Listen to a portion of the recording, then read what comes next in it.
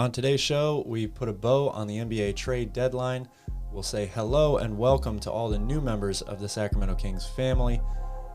And Barry and I have a special announcement to make. That's all coming up on the Royal Report.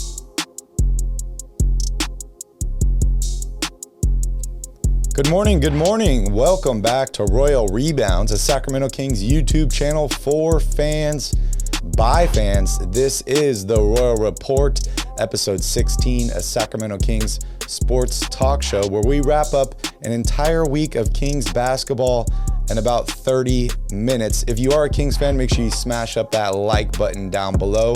And if you enjoy awesome Kings content like this, please consider hitting the subscribe button to join the Royal family with Calvin and I. We put out fresh Kings content almost daily. Yeah, thank you again, Royal family, for joining us on another fantastic Friday. It is the NBA trade deadline wrap-up show. We've got a lot of news to get to, both Kings-related and beyond. If you're looking for a fun, interactive game to play at home, take a sip of your drink every time Barry and I say the word trade, and you should have a good time today. So let's kick it off here with some league news. First and foremost, Sacramento Kings fans know the saga of Ben Simmons all too well. Just hours before yesterday's deadline, we finally got an answer to the question everyone wanted to know: where will Ben go? The Sixers finally pulled off a mega deal, trading Ben Simmons, Seth Curry, Andre Drummond, a 2022 first-round pick, and a 2027 top 8 protected first-round pick to the Brooklyn Nets for James Harden and Paul Millsap. This finally pairs Joel Embiid with another bona fide star in Philadelphia so they can continue their surprising run that they've made this season. And it continues to keep intact a big 2.5 in Brooklyn, as Kyrie Irving is only available still for away games. Barry, I have 2 questions for you. Number 1, did Sacramento lose out on Ben Simmons? And number 2, who is the ultimate winner of this deal? Well, it's hard to tell about the whole Sacramento thing here. You know, the Kings have been used for leverage by players, by teams for multiple years now. So we don't know what Daryl Morey's thoughts were on this. Maybe he was just using the Kings as leverage. Maybe James Harden was the ultimate prize for him and he ended up getting him. Or maybe the Kings just weren't willing to part with as many assets as he wanted in this trade. It will be an interesting next couple months to see how this whole thing plays out. I like the trade for Brooklyn. I like the trade for the Sixers as well. But for me, ultimately, the winner of this trade is Philadelphia. They are able to add in a guy next to Embiid. They got something for a guy that's been sitting and been refusing to play. I do like the trade for Brooklyn as well. However, they already had guys available. James Harden was not refusing to play. He was not sitting out games. So it'd be interesting to see exactly how Ben Simmons fits into this lineup.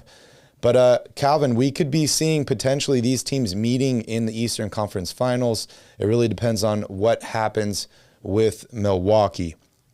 In other news, the Kristaps Porzingis, Luka Doncic era in Dallas is officially over. The Mavericks move Porzingis to Washington in a package centered around Spencer Dinwiddie. Calvin, what does this mean to these teams? Well, it means that the Mavericks are moving on finally. It's one of those things that I think as a fan base kind of wondered for a long time. How is the relationship between Luka and Kristaps Porzingis? Is it going to work long term? And we got the answer to that officially. As far as Washington goes, I'm really not sure what is happening out there. I haven't been sure what's happening in Washington for years. They had early success this season and definitely fizzled out after that. And it appears that they're punting now on this year with Bradley Beal being done for the season. They've let go of Montrezl Harrell, but they are bringing in Porzingis for the future. So, again, only time will tell to see which one of these teams actually pulled out the better side of this deal. Moving on, in other trade news, the New Orleans Pelicans seem to be all in on another disappointing season here, as they have pulled off a major deal trading for Portland's C.J. McCollum. This now gives the Pelicans a big 3 when fully healthy of McCollum, Brandon Ingram, and Zion Williamson. Barry, it appears as though the race for the 10th seed in the Western Conference just got a lot more interesting with the Kings and the Pelicans making big deals at the deadline. Portland sent C.J. McCollum, Larry Nance Jr., and Tony Snell to the New Orleans Pelicans for Josh Hart, Tomas Satoransky, and Nickeil Alexander-Walker. The Portland Trailblazers then pretty much flipped all three of those players immediately afterwards as they appear to continue to be tanking. Barry, who gets the 10th seed, Sacramento or New Orleans? I'll put you on the spot. Well, we're going to talk about that a little bit later here in the episode, so I don't want to give any spoilers here, but I do have to say this was a three-team race between the Pelicans, the Blazers, and the Kings. The Blazers have officially dropped out of this race in my mind. However, unfortunately, they shipped some of their talent to the other team in the Pelicans. It's just going to heat up from here on out. But for me, the biggest question mark is Zion. What is going on with Zion? When is he going to return? Will he be available for the Pelicans this season? Is really just yet to be seen here.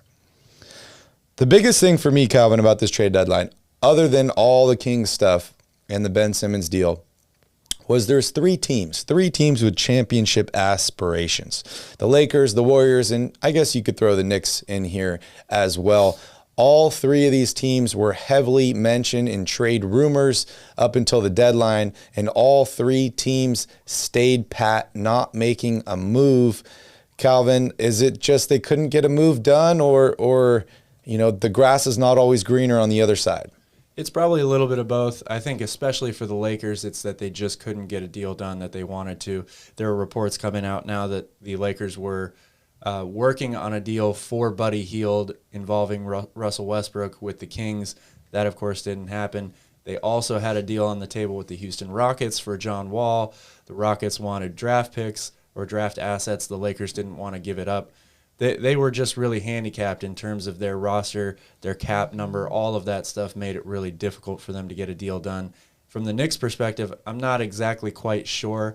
It could just be that they didn't have the right deal in place, or it's a situation we were talking about with the Kings in that as they continued to play worse and lose more games, a bunch of their players lost a lot of trade value, which resulted in them not being able to get back what they wanted in return. Either way, it's going to be disappointing for both of these teams as they go into the second half of the season. Yeah, I agree. Well, let's wrap this up and let's move on to Kings news. And before we get there, let's talk about this last week of Sacramento Kings basketball and what an exciting week it was. The Kings are back in the win column. 2 wins this week, only 1 loss. Calvin and I were at 2 games this week, which was amazing, and it was good to see you all. We have a section here where we're going to break down exactly how our trip went and how much fun we did have. But the Kings were able to beat Oklahoma City this week. Tyrese Halliburton set a career high with 17 assists. Davion Mitchell was also starting in this game, had 17 points. Unfortunately, Tyrese Halliburton was shipped off. Depending on how your thoughts are on the trade, everyone is still bummed to miss Tyrese, but he was shipped off shortly after this. De'Aaron Fox returns this week against the Minnesota Timberwolves, and he plays excellent. 29 points for Fox, 18 points for Damian Jones, and 21 for Harrison Barnes. In an unfortunate losing effort, there were back-to-back games. De'Aaron Fox was available for this second game as well, and the Kings are able to come away with a victory here. We see Fox, we see Sabonis, we saw a huge 30-point game by Harrison Barnes, but throwing all that aside, 2 Kings victories, a very good week of basketball for me, Cal. Yeah, ends up being very good. Did not start off very well, I would say. In fact, you could argue that this was the biggest roller coaster week that the Kings have had in recent memory, and that's coming from a team that's pretty much mastered the game Roller Coaster Tycoon. As you mentioned, they start off with a really nice win. Who knew it was going to be Tyrese Halliburton's last game as a Sacramento King, where he sets a career high in assists. Then you go in to the morning of that first game against Minnesota, finding out that the Kings have made the big deal. Tyrese is gone. You could definitely feel, being in Sacramento, the community was hurt big time that Tyrese ended up getting traded. You go into that game that night, it's pretty much the Sacramento Stockton Kings against the Minnesota Timberwolves. They lose. It was not a very good showing. And I really think the Kings fans were kind of not sure where to go from there at that point. Fast forward to the very next day, we get to see Monte Sabonis and the other newcomers from that Tyrese Halliburton deal. Kings get a big win. They played with a lot of energy.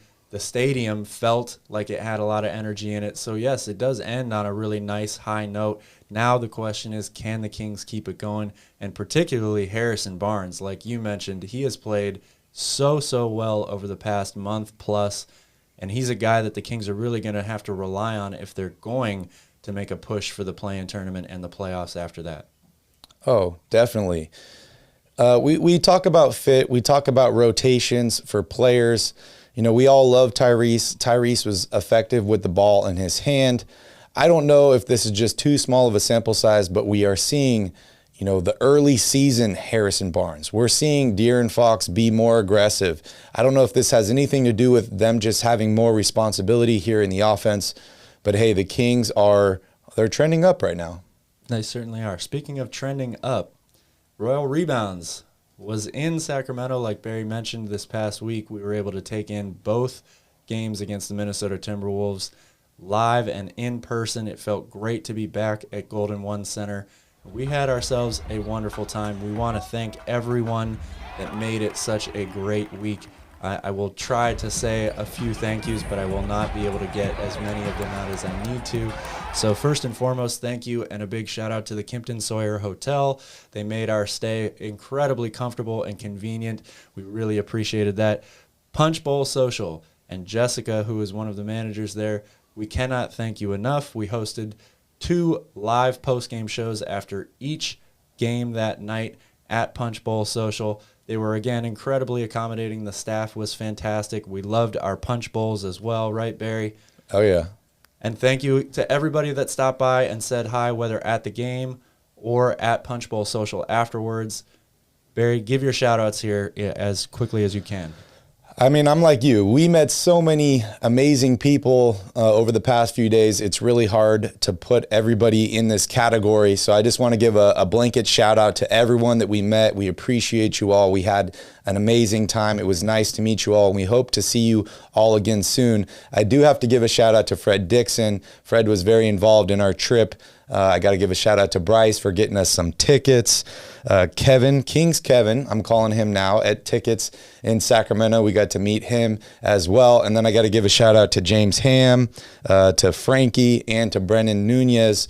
Awesome to meet you guys and hang out and just have a wonderful time. Everyone was so welcoming, and it just feels so good to go to a game, see the fans, see everybody. Like, we were there. We didn't plan it out to be there exactly when the trade happened, but somehow it just worked out. It seemed that it all worked out the entire week. So we had an awesome time. We'll be right back after this break, and we will talk about some of these Kings trades.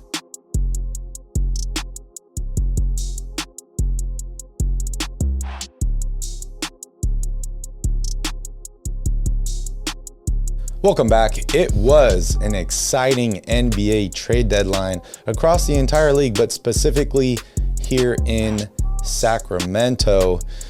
We've been talking about trades for a really long time here. A lot of people were underwhelmed by last season's trade deadline, by some of the moves, but the Kings were very active. They were aggressive in this trade deadline. We see 4 Kings players shipped out, 2 players, waived to make room for some of these new incoming players. But the Kings officially trade Tyrese Halliburton, Buddy Hield, and Tristan Thompson for Domantas Sabonis, Jeremy Lamb, and Justin Holiday. One of the quickest turnarounds in a trade that I've seen in my entire life, as all players arrive in Sacramento that day and are all suited up and playing in the very next game, which happens to be the next day.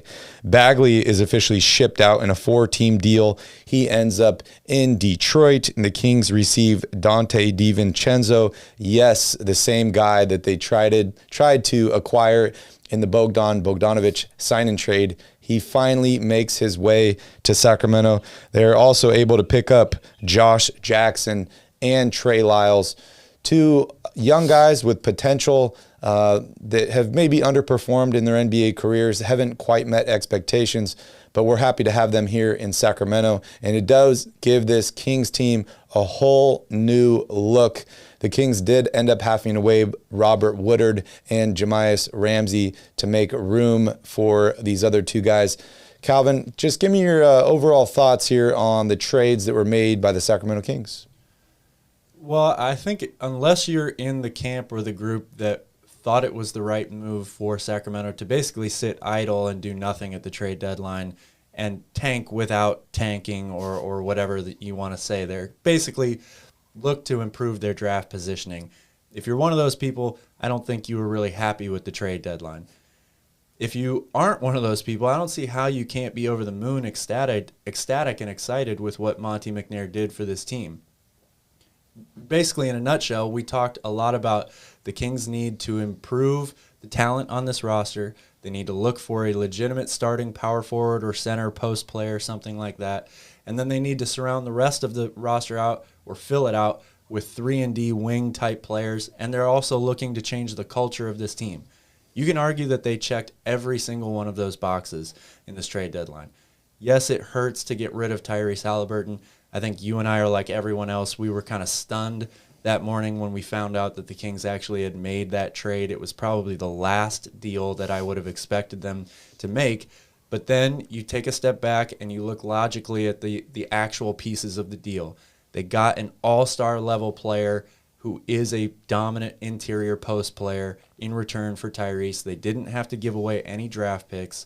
And they also cleared the two most wanted to be traded people on this team off the roster in Buddy Hield and Marvin Bagley. And if you look at the Bagley deal, it's a 4-team deal, so it's not as cut and dry as just the Kings traded Bagley. But to get rid of him and get 3 players in return for him who are, again, all pretty solid wing 3-and-D type players. 2 of them come from really experienced winning culture backgrounds in Milwaukee and San Antonio with Trey Lyles and Dante DiVincenzo. I think the Kings hit an absolute home run here on this deadline, Barry. Yeah, I agree. And this Bagley deal is just incredible what they were able to get in salvage value for an unhappy Marvin Bagley. You and I were sitting behind him, the night before the trade happened. And he looked devastated, honestly. He did not look happy at all. I think the writing was on the wall. I think he knew what was going on. I don't think anybody would be happy to be shipped to Detroit at this point. But I agree with you, Calvin. They made a lot of good moves. For me, the most important things were they were able to shed bad contracts, bad salary. They didn't take on any bad contracts. They took on, a few guys that are going to be expiring at the end of the season, which is going to give them continued flexibility heading into next year. And also they were able to keep all of their draft picks. Once you start trading draft picks, it really does handicap you in the future, not only in the draft, but in making trades as well. We know the Kings have not been one of the best teams in the NBA over the past 15 seasons. You could arguably say they have been the worst team overall in the last 15 seasons. So these draft picks are very, very valuable, and I'm happy that they were able to maintain these. Hey, Monty, we've been saying it for so long. Good job. Good job. Trade for all of you playing along at home. As we move on here, obviously the main focal point or the centerpiece that the Kings got back through this trade deadline was Domantas Sabonis. Now De'Aaron Fox finally has a legitimate all-star level teammate to run with. You can make the case that this is definitely the best player that De'Aaron has ever played with. And it took very little time for us to get a new nickname for the two of these when De'Aaron Fox affectionately referred to Domantas Sabonis as an ox in his pregame news conference before after the trade finally went down. We now have the Fox and the Ox here in Sacramento. Barry, what does the future hold for these two? Is this a long-term success duo? And obviously they have to fill out the rest of the roster around it, but do you think this is a good pairing? Well, I think we're going to have to wait to make, a conclusion on that. It could take some time, but I do have to say one game they played incredible together. But HB was also very, very involved in that. 30 points for him in that game as well. But I like what I've seen. It's a small sample size. For me, you know what you're going to get out of Fox at this point. I think you can basically know what you're going to get out of Sabonis at this point. It's going to be, what are these other guys going to do? You know, we've raved about Harrison Barnes and how consistent he has been, but he hasn't been that consistent scoring-wise. He's had games with 30 points. He's had games with, 15 points, stuff like that. That can make a big difference to your franchise. If HP can step up and be this third guy and help the Fox and the Ox, I can see a lot of success for Sacramento. But honestly, Calvin, I'm so stoked to see this tandem.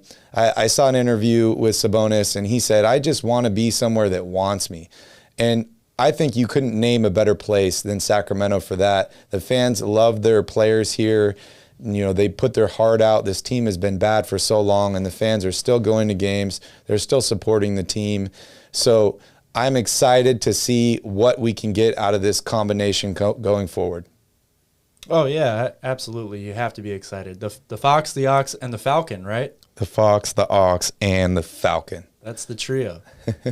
On that note, we want to give a somber farewell to some of the Kings players that are not on the roster anywhere. Tyrese Halliburton, got to give a shout out to you. Amazing play with Sacramento. You really wore your heart on your sleeve. You played the best that you could every single night. You gave effort. You gave energy. Something, nothing we could ask for more than what you gave this franchise. So we wish you the best moving on. Also, Buddy Hield. I know we've had rocky times. We've had good times. A lot was put on Buddy's shoulders after the Cousins trade, and unfortunately he wasn't able to live up to expectations, but that's not all his fault. And we really appreciated having Buddy on this team, and we wish him the best moving on. And then finally is Marvin Bagley. Bagley, just like Buddy Hield, has had such an up and down roller coaster of emotions throughout his tenure with Sacramento. We wish him the best. We want him to, figure himself out, figure out where he's going and what he can bring to the NBA. He's a young guy who's bright with a lot of potential, and hopefully he can move closer to achieving that. Yeah, I echo everything that you said there. I think it's a testament to what you were talking about just a minute ago with how loyal this fan base is. A lot of these guys, most of them didn't really even play that many years or games with the Sacramento Kings. Tyrese wasn't even there for a full 2 seasons. Tristan Thompson, who we didn't mention, wasn't even here for a full season. But Kings fans still, regardless of how you felt about these players, I think Kings fans are still appreciative of what they did while they were here in Sacramento. And we love our team. We love our players. So we want them to succeed wherever they end up. And we wish them all the very best. Also, Robert Woodard and Jamias Ramsey, also Waive. Yeah, thank you guys for everything that you've done for the franchise. We really appreciate you all. We're critical of players sometimes, but we really appreciate every player on the Kings, and we just wish you all the best. So thank you so much for playing your heart out here in Sacramento. We're going to take a quick break here, and when we come back, we're going to go to Calvin's favorite part of the show, Cowboy Questions.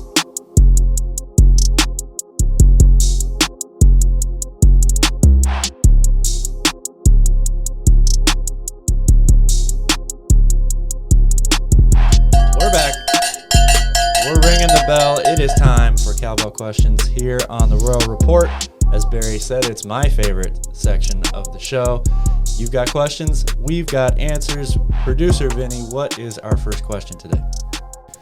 Why were you in such a hurry to make a move before the deadline instead of waiting to the end of the season?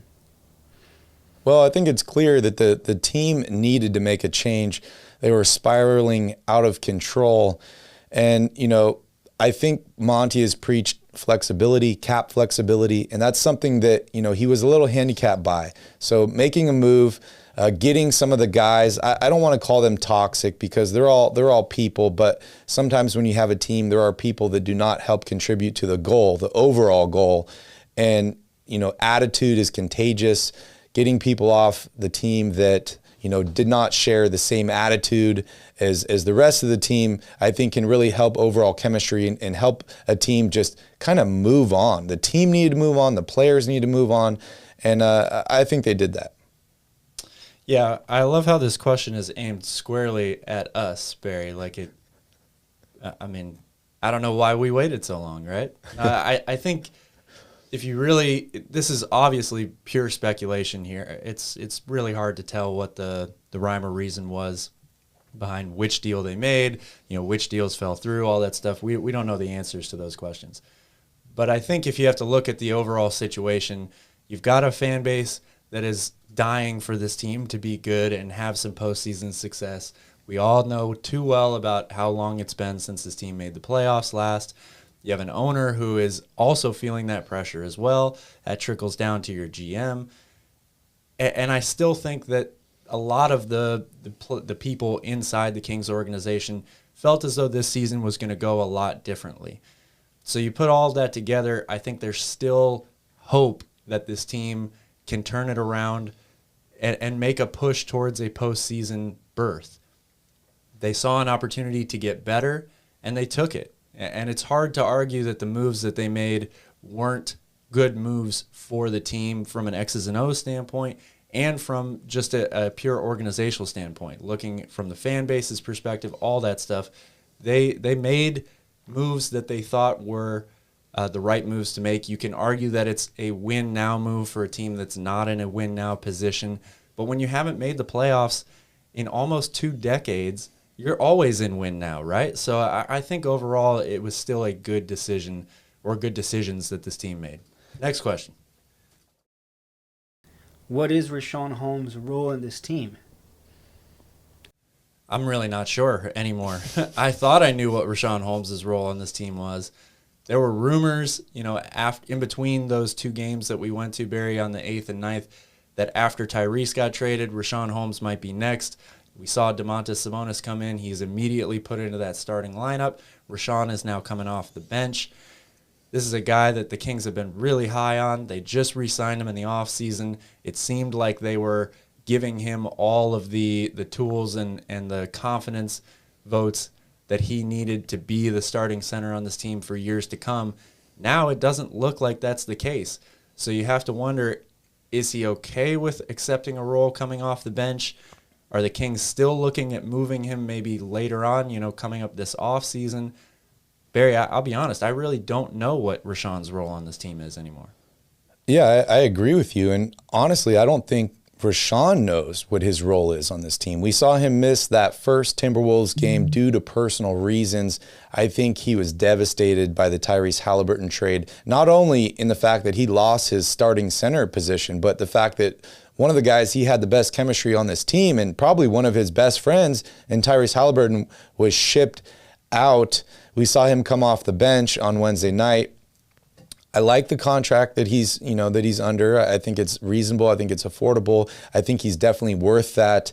But it'll be interesting to see whether he can coexist with Sabonis in the starting lineup or if he will strictly be coming off the bench. And then what does this mean for Alex Len and some of these other guys at this point?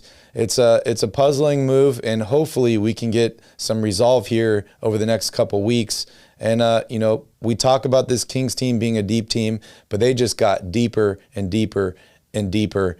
And unfortunately, for Richaun, he's probably not happy coming off the bench here. But for the Kings, having a guy like Richaun available off the bench is a pretty awesome thing. Next question. Are we making the playoffs this season? Well, 15 games below 500 at this point. However, they're only a little bit out from the 10th seed. I think Portland has officially thrown in the towel this season by trading away C.J. McCollum and some of these other players. The Pelicans, by acquiring C.J. McCollum, have shown, I want to make this 10 seed. We want to be here. I think it's really going to come down to health at this point. Brandon Ingram, Zion, what's going on with CJ? They've all missed time this season. Zion has not played this season. And then as far as the Kings go, how fast can you create chemistry between all these new players? You basically swapped out half this team. So health, I think, will be a big factor, how chemistry plays out. But the Kings are not out of the race, Cal. No, it's crazy to say that, but they are not out of the race. I think you're right. Health is obviously going to have a big impact. on playoff seeding from top to bottom. The Kings got better as a team. So are they making the playoffs? Again, it depends on what you define as the playoffs. Does the play-in tournament count as playoffs? In my opinion, it does not. They certainly have a chance. We have yet to see how this new group of players is going to look together. We're still not really sure what the lineups and the rotations are going to be like. It's kind of like we just started the season all over again. We felt like this team was talented enough to make a push at the playoffs this year going into it. Now it's pretty much a whole new team. We think they might be a little bit more talented from an individual player standpoint. So I think that their chances of making the play-in tournament are pretty good here at this point. We don't know what's going to happen with New Orleans, what they're going to look like. They certainly got better as well. But again, without Zion, I'm not so sure what this team is going to be able to do for the rest of the year. So I think the Kings have a pretty good shot at the play-in tournament, which again gives you a chance to make the playoffs. So I wouldn't say their chances are really high at this point, but they're much better than they were a week ago. That's for absolutely certain. So you're saying there's a chance? There is a chance. That is all the time we have for Cowbell Questions. Thank you again for your submissions. We always appreciate them. If you'd like to have Barry and I answer a question on a future show, at this point you should know the drill, but I'll explain it to you one more time. Please write that question in the comment section below this video. Hashtag it Cowbell Questions, and thank you. Moving on here, Barry and I, as we mentioned at the top of the show, have a special announcement to make. We're going to throw it to our reporter in the field here. Barry, take it away. What's up, guys? Wanted to make a quick announcement here. We are adding a brand new section to the Royal Report. Our goal on this channel has been to empower Kings fans that have been silenced for way too long. And, we want to hear from you all. We want your voices to be heard. So we're announcing this new fan section on the Royal Report where fans can submit, a minute-long video. We're going to sort through them every week, and we're going to post our favorites every single week during the season on the Royal Report. If you're interested in, having your voice be heard, we're going to have a section set up on the website pretty soon here to submit your videos. But in the meantime, you can submit them to us on Instagram at Royal Rebounds.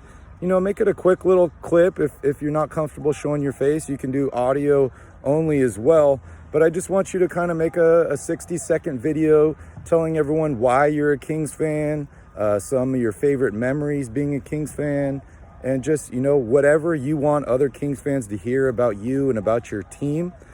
Submit them, and we would love to hear from you all, and we'd love to share your voices. And we're all Kings fans together, and we all have the same goal, and that's making the playoffs. So let's stick together, guys. Thank you.